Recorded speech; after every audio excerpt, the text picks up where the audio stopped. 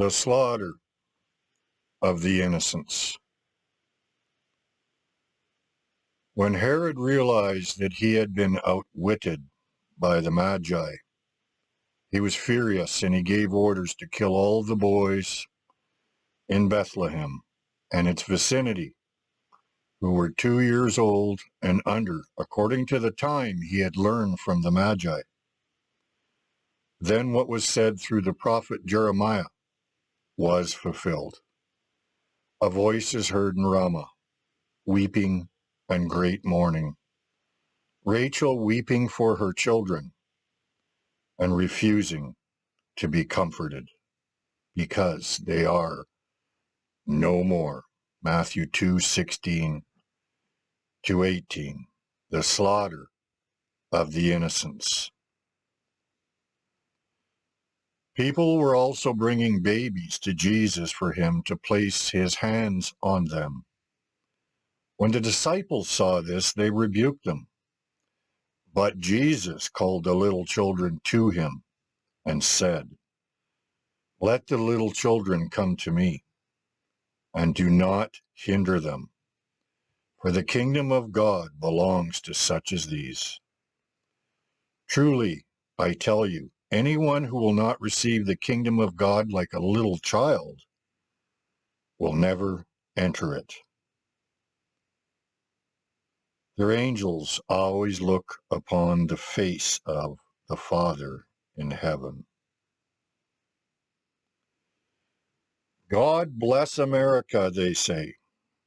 In God we trust, they say.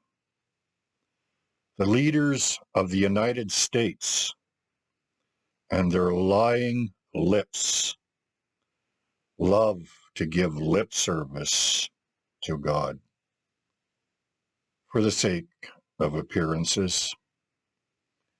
And such men, politicians, and members of their grand courts have sanctioned the slaughter of millions of unborn children. And they teach our young women and our young men as well that it's quite okay to do so. And it's okay to do so because they say so. These arrogant, vile, disgusting men have decided they are the ones who may sanction this or that as they please. In ourselves we trust. Yes, it is our judgments which are righteous and true. We bless America. Politicians of all stripes, members of the court, and all their minions. These liars and murderers know neither the Father nor the Son, and they only do the desires of their true father, the father of lies. Yes, they will judge who may live and who may die, and who gets to decide if a little unborn child may live or die. But what will the judge say on the day of wrath? Who then will be the judge? Human beings are under development from the time they are conceived until they breathe their very last breath. They don't suddenly become a human one day on a calendar. When is a plant a plant?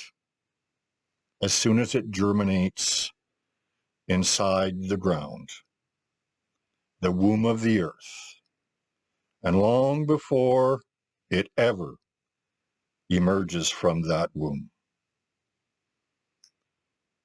Yea, even the animals know how to love their young better than the deranged maniacs sanctioning the murder of little unborn children.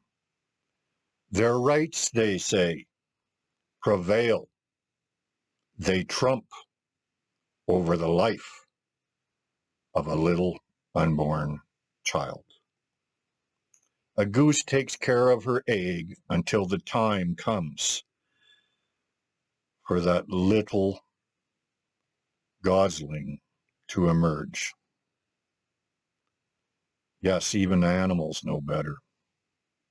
An infant child is only in a womb because this is how a human being must live in its first stages of development. And when it emerges from the womb, it still cannot live on its own. And so mother loves and takes care of her developing child. When the child leaves the womb and before, but not for some. And even the animals know better how to love their unborn children. Herod slaughtered all those little children. Jesus survived. What about all those little children who did not? The slaughter of these little children, these innocent little children, is really part of the Christmas story. The birth of a baby, the King of the Jews, baby Jesus, a threat to a worldly king who wanted this innocent baby dead. And so, to make sure he got him, he slaughtered many, many, many others. But Jesus survived. No one ever wants to tell this part of the Christmas story.